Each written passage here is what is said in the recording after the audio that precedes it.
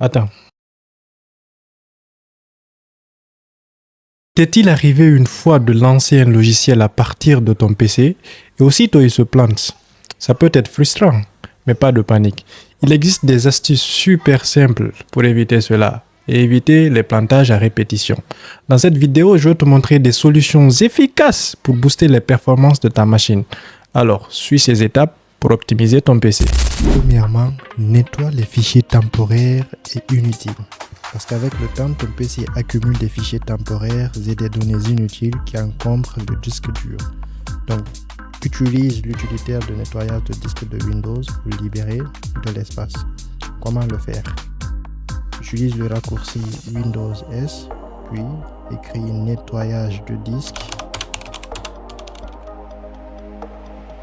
Tu choisis le disque concerné, généralement c'est le disque C, et tu coches les cases des fichiers que tu veux supprimer. Fichiers temporaires. Personnellement, j'ai 0 MP parce que je le fais souvent pour éviter que ma machine rame. Et du coup, j'appuie sur nettoyer les fichiers système.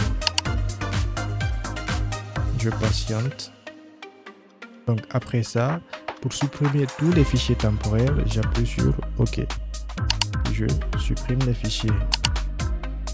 Et voilà, tous les fichiers temporaires se trouvant dans ma machine ont été supprimés. Deuxièmement, désactive les programmes au démarrage. Certains logiciels se lancent automatiquement quand tu allumes ton PC, ce qui ralentit le démarrage. Donc du coup, va dans le gestionnaire de tâches en utilisant le raccourci CTRL majuscule échappe, puis dans l'onglet applications de démarrage, et tu désactives toutes les applications dont tu n'as pas besoin pendant le démarrage de ta machine. Troisièmement, mets à jour les pilotes et le système. Des pilotes obsolètes ou des mises à jour manquantes peuvent causer des conflits logiciels. Vérifie régulièrement les mises à jour de Windows en allant dans Paramètres, puis Windows Up-to-Date et en recherchant les nouvelles mises à jour de Windows.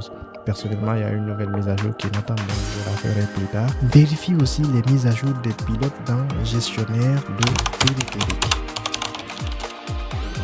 S'il existe des pilotes qui ne sont pas mis à jour, ils vont te l'indiquer ici. Personnellement, tous mes pilotes sont à jour, donc du coup, je n'ai pas besoin de faire une nouvelle mise à jour. Et voilà, si tu as aimé la vidéo, n'hésite pas à t'abonner. Merci.